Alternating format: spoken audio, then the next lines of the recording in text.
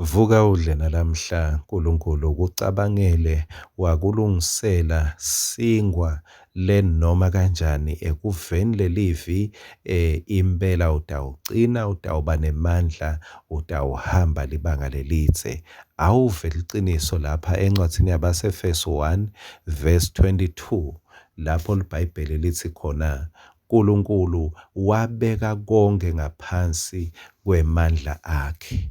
Ubeka ngaphansi kwemandla abani? Ngaphansi kwemandla aJesu. Tintfo atikho ngaphansi kwemandla aSathane. Tintfo tingephasi kwemandla aJesu. Asezami kwehlulekisa kwemuka tintfo Sathane. Tintfo tingaphasi kwemandla aJesu wabekwa. Jesu akabolekisi ngemandla akhe, Jesu akadizi kuze atoba ngcono, Jesu tonke tintfo tingaphasi kwakhe. Liyachubeka leli verse lithi wambeka ukuthi abe yinhloko etikwako konke ebandleni. Lelinye lihumusho ngiyalithanda lelithi for the benefit of the church. Jesu uphakanyiswa nje, uphakanyiselwa kuthi libandla kulihambele kahle. Josefa uma ngingafanekisa ngaye Josefa mawufunza kusahluko 45 kuverse 7 Josefa uthi uNkulunkulu nguye lo wangiletha la eGibhitha kuze ngisinzise nine, ngisinzise imiphefumulo yenu. Kuze kube nenkululeko lenkulu. Josefa uthi angedi eGibhitha ukuthi ngitoba ngiprime minister nje ngive bumnanzi ukuthi sengihlala endlini lenhle. Angikho la ukuthi ngito enjoya ku-escortwa. Angikho la ukuthi ngitoba mkhulu ngive kufuthumala ukuthi mina ngivikelekile. Uthi Josefa mine ngila kuze nine kunihambele kahle. So la mina ngilapha bomnakethu nani nitabalala ngikhona khona nidle lokudliwa ngimi niphile ngale ngiphila ngakho. Ngenxa ya Josefa bantfwana baka-Israyeli bomnakabo bathola benefits akhe Josefa. Jesu usezulwini kuphakanyiswa kwakhe is for our good. Konke lokhu kwaJesu kungekwethu. Kuphakanyiswa kwaJesu kunikwa ligama leliphakeme abenganikelwa nje ukuthi thine sitomkhothamela simhloniphe kepha bekwentelwa thine kuthi konke lokukhothama kuJesu kukhothame kithi.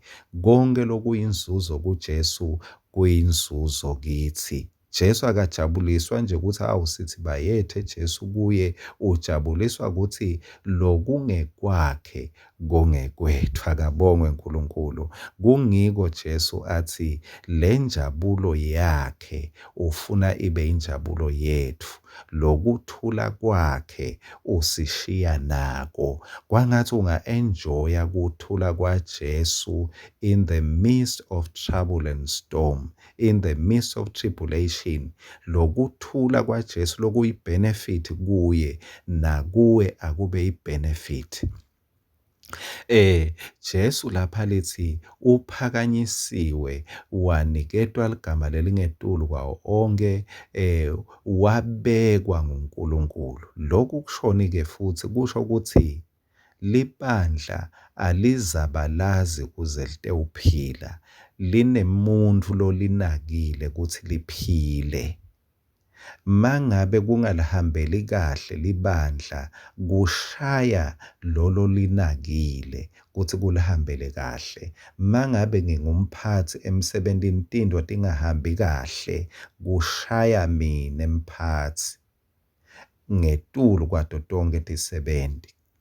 NaJesu bazalwane asatini ukuthi sisazila sisathandaza We are not struggling to survive. Asizami kuphila ngemandla ethu ngemfutho wethu, sinaye lo phakanyisiwe, lo sinakile. He will make sure utawukwenta liqiniso ukuthi lakhe libandla liyanqoba.